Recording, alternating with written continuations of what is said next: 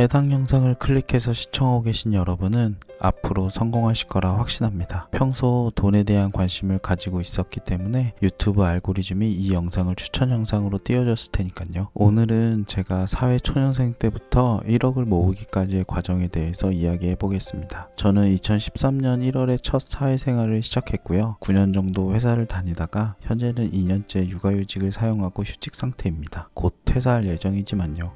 저는 입사 후에 2017년 결혼 전까지 1억 5천 정도 모아서 결혼을 했는데요. 당연히 부모님의 지원은 없었고요. 월급과 투자로만 1억 5천 정도를 모았습니다. 그럼 고액 연봉자라서 가능한 거 아니냐? 이런 물음을 던지시겠죠? 어느 정도는 사실입니다. 사회 초년생 시절 딱히 하고 싶은 것도 없고 꿈꾸는 미래도 없었기 때문에 돈이라도 많이 벌자라는 생각으로 오로지 연봉만 보고 회사를 선택했고 적지 않은 연봉을 받은 건 사실입니다. 하지만 여기서 중요한 건 회사 연봉보다 직장인의 장점인 신용대출을 이용해서 많은 돈을 모을 수 있게 되었는데요. 오늘은 그 이야기를 한번 해드릴까 합니다.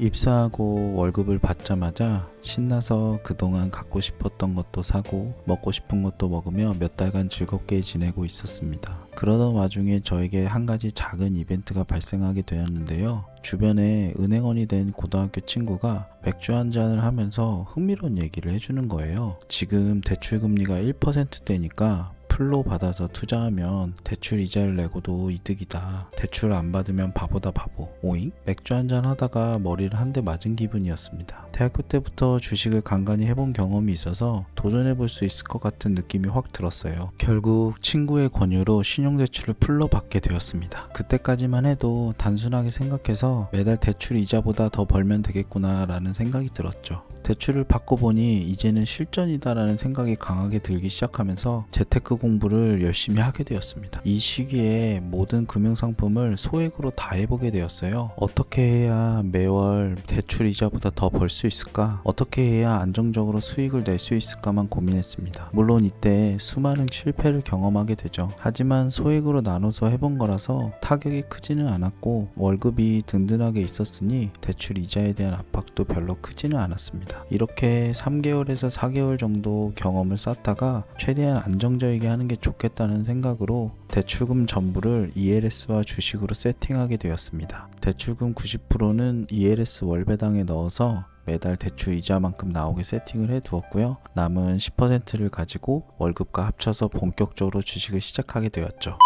잘할 수 있을 것 같던 주식으로 투자금을 깨먹고 있던 와중에 2년 만기 상품이었던 ELS가 6개월 만에 만기가 되어 원금이 회수가 되었는데요. 그때 다시 ELS를 넣어야 되나 아니면 다른 상품으로 가야 되나 고민을 정말 많이 했었습니다. 하지만 모든 금융상품이라는 게 주가지수나 개별 종목에 연동되어 있다는 사실을 알고 있었기 때문에 다른 펀드나 ETF, ELS 등을 다시 하면서 수수료를 낼 바에 내가 직접 투자하는 것이 낫겠다는 생각이 들기 시작했어요. 그래서 모든 자산을 주식에 직접 투자하기로 결정하였습니다. 참 간도 컸죠. 그때부턴 모든 돈을 주식에 직접 투자를 하게 되니 장의 변동성에 더 예민하게 되고 또 부담감이 커져서 제 삶이 변하게 되는데요. 눈에 띄는 가장 큰 변화라고 한다면 절약을 하려고 하는 게 아닌데 자동으로 절약이 되더라고요. 돈이 생기면 떨어지 종목 추가 매수하고 싶고 장 빠질 때를 대비해서 자꾸 예수금을 쌓아놓는 버릇도 생기고 누가 딱히 아껴 쓰라는 말을 하지도 않았는데 자연스럽게 그렇게 되는 제 자신이 참으로 신기했습니다. 그리고 그때부터 돈이 쌓여가는 재미를 느끼게 되었죠. 이렇게 몇 년간 시간이 흘러 경험이 쌓이자 점점 투자 수익률이 안정적으로 올라가게 되었어요. 4년이 지난 시점에는 통장에 1억 5천 정도가 찍혀져 있더라고요. 참으로 신기한 경험이었습니다. 그 뒤로도 계속해서 투자에 집중하고 노력하면서 이제는 어느 정도는 경제적 자유라는 목표에 도달한 게 아닌가 싶습니다. 여러분도 투자로 성과를 내고 싶다면 가장 중요한 것은 투자를 지속하면서 어떻게 하면 안정적으로 높은 수익률을 낼 수 있을까를 끊임없이 고민하셔야 된다는 거예요. 저는 지금도 계속해서 고민하고 있고 항상 변하는 시장에 대응을 하면서 지내고 있습니다. 이 정도의 노력을 하실 수 있다면 여러분도 충분히 좋은 성과를 내실 수 있을 거라 확신합니다. 왜냐하면 아무것도 모르던 저도 했으니까요. 오늘도 긴 얘기를 들어주셔서 감사합니다. 구독, 좋아요 눌러주시면 다음에 더 재밌는 이야기로 돌아오겠습니다.